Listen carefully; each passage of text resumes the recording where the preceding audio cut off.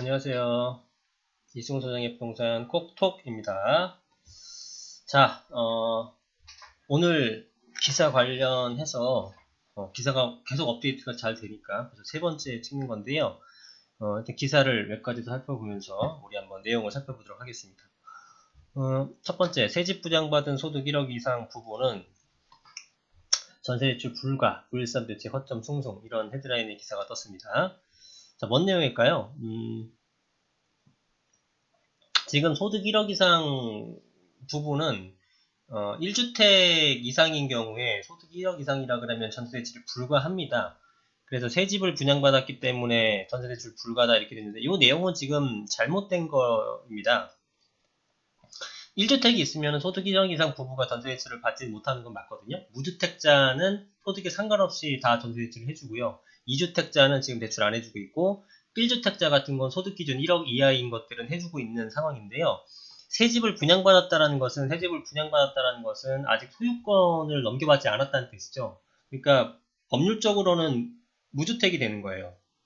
근데 전세대출 불가하다? 이게 이제 주택법상 청약제도에서 지금 분양을 한번 분양을 받아갖고 완공이 되지 않더라도 분양받았으면 주택으로 간주하겠다라고 했던 부분이 좀 와전된 게 아닌가 싶어요. 그래서 제가 안 그래도 이런 거 헷갈리는 분이 분명히 있을 것 같아서 이게 9월 17일 날 나온 기사입니다만 제가 금요일 날이었나요? 지난주 금요일 날 전에 했었던 그 9.13 대책에 대한 설명할 때 말씀을 분명히 드렸죠. 이거는 소득세법상이 아니라 주택법상의 청약제도에서만 주택으로 간주하는 거고 소득세법상이라든가 다른 내용하고 연관지어서 주택이 있는 걸 생각하시면 안 된다. 근데 이제 그렇게 생각을 하는 거죠. 그죠? 분명히 말씀을 드렸다시피 이제 그런 내용의 기사도 나왔어요. 그래서 여기 설명이 나왔었던 걸로 알고 있는데 보시면 자 금융위원회, 시장에서 합산소득 1억 원이 넘는 부부가 신규 주택을 분양받은 경우에 공적보증을 통한 전세자금 대출을 받을 수 없을 것이라고 여기 혼란이 생겼다. 혼란이 생기게끔 발표를 했어요. 사람들은 뭐 이게 그렇다 그러면 그런 건 줄 알지 청약법상, 주택법상으로만 적용되고 또 소득세법은 또 안 적용되고 이런 내용을 모르잖아요. 그러니까 당연히 혼란이 생기죠. 그래서 이거는 청약제도 상에서만 분양을 받았던 상태라 그러면은 다음번 청약을 못한다, 유주택으로 간주한다라는 거고, 이런 대출 규제라든가 양도세법, 소득세법상으로는 그게 당연히 법적으로 소유권을 갖고 있는 게 아니기 때문에 해당이 없는 겁니다. 그래서 이건 1주택으로 당연히 간주되지 않죠. 당연한 거죠. 분양권 완공도 안 된 걸 갖고 있다고 1주택으로 보나요? 그렇죠. 그래서 이런 사람들은 분양권을 갖고 있는 무주택 소득 1억 원 미만인 사람들은 신규 전세 대출을 받을 수가 있는 겁니다. 이해되시죠? 그게 이제 가장 헷갈리는 부분이었던 것 같아요. 그 다음에 지금 아까 제가 기사 분석할 때 말씀드렸지만 무주택자 단층기에 늘리겠다고 밝힌 정부는 벌써 수정에 들어갔다. 9.13 대책 중에 첫 번째 수정 들어간 게 뭐냐면 모든 무주택자를 우선 추첨하겠다고 했는데 당연히 1주택자들의 반발이 심했죠. 그래서 이거에 대한 자세한 내용은 다른 영상 보시면 되고요. 여하튼 간에 1주택자의 또 수요를 원천 차단하는 제도가 돼버렸기 때문에 물량을 조금 조절했다. 그런 내용입니다. 근데 제가 이해가 안 가는 게 여기도 뭐 보시면 시장 가격을 잡기 위해 정부가 급하게 칼날을 빼드는 과정에서 1주택자를 포함한 실수요자의 사정을 일일이 고려하지 않는 것들이 정책에 포함된 것으로 보인다. 그렇게 됐는데 이게 참 모르겠습니다. 거기 그 정책 위반자들이 다 강남에 사시고 부자들이라서 그런지 모르겠지만 이런 것들은 뭐 무주택자 내지는 1주택자 조정대상 지역에 있는 뭐 2주택자 외곽에 있는 2주택 이런 분들 시민 단체라든가 이런 것들 협업해가지고 그런 분들한테 한 두세 명씩만 이렇게 그룹별로 모아갖고 의견 들어보면요 이런 내용이 안 나오지 않을까요? 제가 너무 이 탁상에서만 얘기하는 건지 모르겠지만 전 충분히 그럴 수 있다고 보거든요. 그럼 그런 분들 당장 내가 딱 이런 정책을 받아들였을 때 그럼 나는 당장 문제가 생기는데 난 투기가 아닌데 이런 의견을 받아들이면 바로 수정될 수 있는 부분인데 꼭 발표하고 매번 수정하는 거 보면 그런 어떤 이 정책 모니터링이라든가 미리 어떤 그런 그 시뮬레이션 같은 거를 안 하는 것 같습니다. 그죠? 모르겠습니다. 여하튼 그렇고 점점 거세지는 신규 택지 지정 반대 기류 9.13 후속 공급 대책에 쏠리는 이게 보시면 16일날 과천 시민들이 신규 택지 조성 후보지 반발 16일이면 어제 일요일이었네요. 반발하면 중앙고대 집회를 벌이고 있다. 지금 과천도 그렇고 서울시도 그렇고 지금 뭐 굉장히 반대가 심하죠. 1000명에 달았다고 합니다. 야, 이 비 오는 날, 그죠? 대단하네요. 그래서 이게 참 애매한 게요. 부동산 전문가라는 분들이 이제 말씀하신 것도 다 맞는 얘기들입니다. 서울을 벗어나서 신규 택지 조성하는 건 의미가 없다. 이거 이해 못하시는 분 아직도 있으면 안 됩니다. 서울을 벗어나게 되면 서울의 집값하고는 아무 연관이 없기 때문에 공급 차라리 안 하는 게 낫습니다. 네. 과천이나 안산 등 신규 택지 후보지는 어떤 방식으로는 토지 보상비가 지급될 텐데, 그죠? 당연하죠. 토지를 수용해갖고 주택을 지으려고 그러면 당연히 토지 보상비 필요했는데, 그런 것들이 다시 서울로 유입돼서 부동산 버블이 더 키워질 것이다 라고 얘기하는 거고요. 자, 서울시가 아직도 그린벨트 이런 것들은 근데 글쎄요. 이거를 법적으로 막을 명분은 좀 없긴 하겠네요. 서울시가 아직도 그린벨트에 대해 완강히 반대하고 있는데 서울이 아닌 수도권 근교 그것도 현재 후보지가 유출된 곳에 신규 택지를 지정하는 것은 투기 수요로 잡겠다면서 투기 정보를 준 걸밖에 안 됩니다. 그렇죠. 지금 서울시가 일단 반대를 하고 있고 기존에 뭐 과천, 안산 등등에서 8군데가 나왔잖아요. 거기를 다시 신규 지정한다는 것은 심지어는 많은 곳에서는 뭐 6배인가도 올라가고 2~3배씩은 다 올랐거든요. 이게 정보가 발표되고 나서 정보가 새고 나서 근데 거기다가 공급 대책 강행하게 되면은 투기 정보를 준 꼴밖에 안 된다 이렇게 얘기를 하는 거죠. 그죠? 그리고 이거 제2판교 신도시와 같은 사례가 만들어져야 됩니다. 이런 것들은 이런 공급을 하게 되면요. 서울의 집값이 뭐 일부 잡히는 거에 대해서는 동의합니다. 판교 신도시 같은 것들은 거의 서울과 동일급이 아니라 서울의 평균 이상급, 그죠? 강남 상구 거리 바로 아래급 정도죠. 그래서 굉장히 서울보다 높은 집값을 유지하고 있는 동네 중에 한 곳입니다. 그죠? 그래서 이런 것들이면 서울에서 당연히 분산이 되는 거죠, 수요가.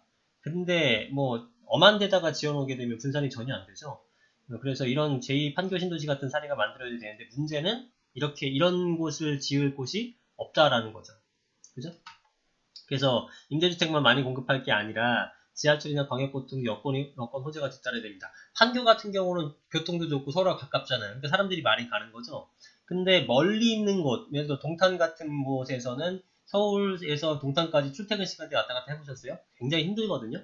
그러니까 그런 것에서는 차량 이동이 자가 이용이 좀 힘들다고 하면은 교통편을 굉장히 빠르게 획기적으로 만들어주는 겁니다. 그러면은 지금 뭐 서울에서 동탄까지 가는데 1시간 반, 2시간 걸리는 걸 20분 만에, 30분 만에 갈 수 있게 해준다면 사람들이 옮길 수 있겠죠. 그죠? 그래서 GTX 같은 이런 고속 급행열차 같은 것들이 진행이 되는 거고 국가 입장에서는, 정부 입장에서는 반드시 이거를 진행하려고 할 거예요. 그래서 지하철 같은 것들은 뭐 예타조사 같은 거 물론 다 따라야 되겠지만 안 되는 케이스도 많고 늦어지는 케이스도 많지만 GTX 같은 경우에는 국가 차원의 어떤 그런 진행하는 교통 노선이기 때문에 아마도 특별한 문제가 없으면은 진행을 강행할 걸로 보여집니다. GTX 호재는 뭐 좋은 거죠. 갑자기 GTX 얘기 나왔네.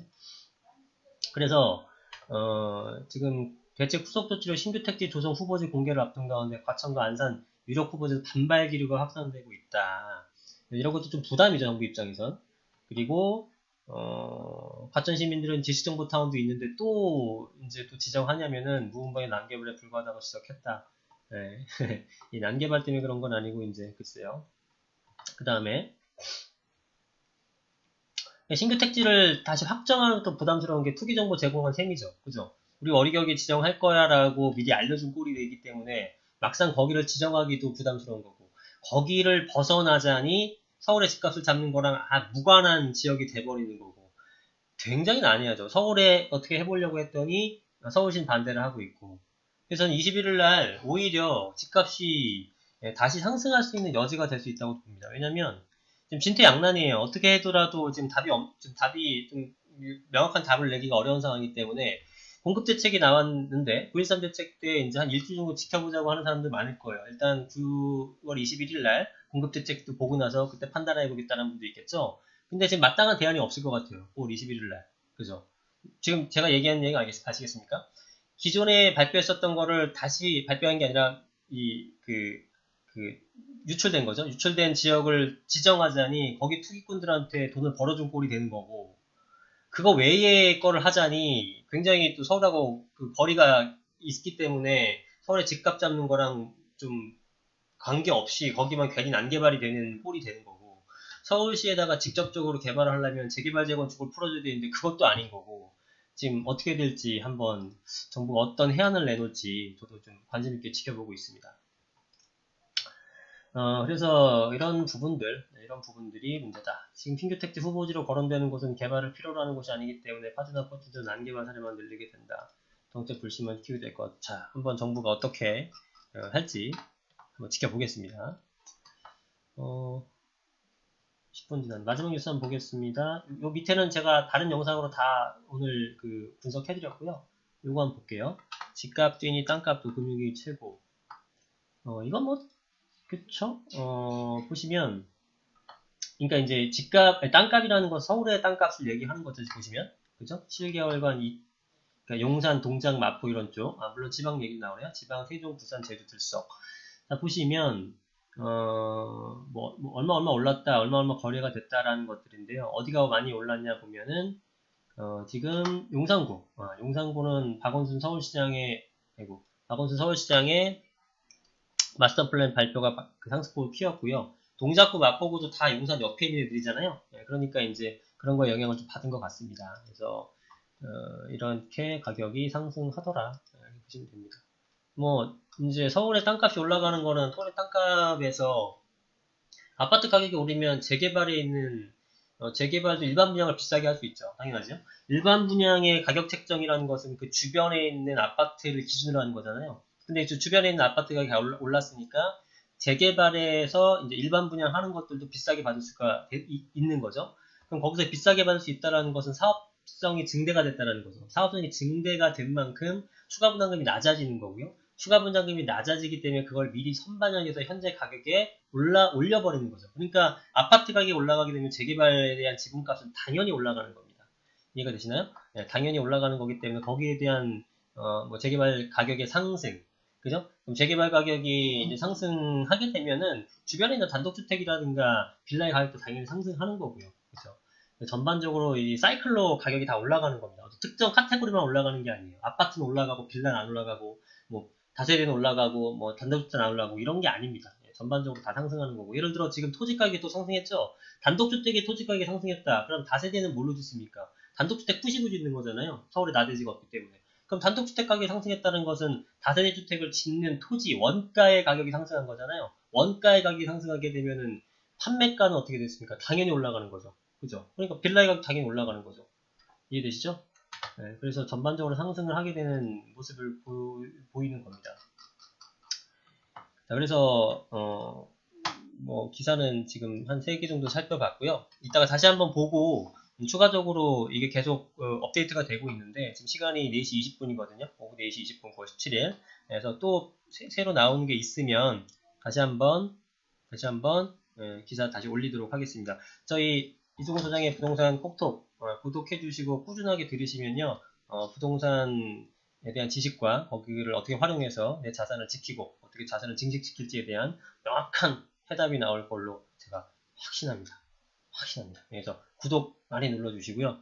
하루에 1개 이상 일단 당분간은 꾸준하게 올리려고 하고 있습니다. 그래서 여러분들한테 계속 편안하게 듣고 있으면 도움이 되게끔 말씀을 드릴 겁니다. 화려하게 자료를 꾸미거나 그러진 않지만 계속 제가 오랜 기간 동안 이 현업에 있으면서 갖고 있던 노하우라든가 지식들을 많이 알려드릴 테니까요. 여러분들 많이 활용해 주시고요. 세미나 같은 것들도 많이 참여해 주시면 됩니다. 제가 조금 전에 재산세에 관련된 것도 영상 올려드렸는데 거기 보시게 되면은 저희가 언제 세미나를 진행하고 어떤 주제로 하는지에 대해서 다 나와 있기 때문에 그런 거 보셔서 필요하신 분은 오셔서 강의도 들으시고 또 상담도 하시고 내지는 바쁘시면은 온라인 같은 걸로 해서 카페에 올려주시든 아니면 댓글에 달아주시든 하시면 저희가 거기에 관련된 답변도 시간 될 때 해드리도록 하겠습니다. 궁금한 거 있으시면 물어봐 주시고요. 그리고 제가 다른 영상으로 또 찾아뵙도록 하겠습니다. 감사합니다.